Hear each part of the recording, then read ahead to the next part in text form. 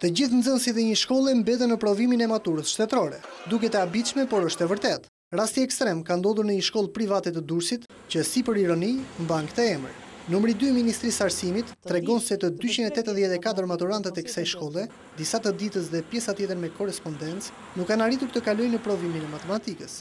Të shokuar nga ky rezultat me 100% mbetës, krerët e ministrisë deklarojnë rishikimin e licencave të shkollave private dhe veçanërisht atyre me korrespondencë. Dijet e nxënësve që nuk arritën të kalojnë matematikën janë dijet e klasës 9 dhe kjo është e pafalshme.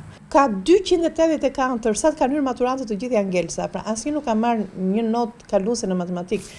Automatikisht kjo të bën si të shkosh të marrësh një vendim të rrep dhe të thuash që kjo shkollë nuk ekziston. Drejtues të kësaj shkolle private me sistem dite dhe korrespondencë të kontaktuar nga Vision Plus nuk kanë preferuar të komentojnë këto rezultate. Ky institucion arsimor me cikle studimi nga niveli parashkollor deri tek arsimi i lartë ka 6 vite që funksionon. Vendosja për herë të parë e pragut të pikëve përpara provimit të maturës nxori në pa jo vetëm cilësinë e dobët të diplomave, kryesisht në shkollat private, por dhe nivelin e mësuesve.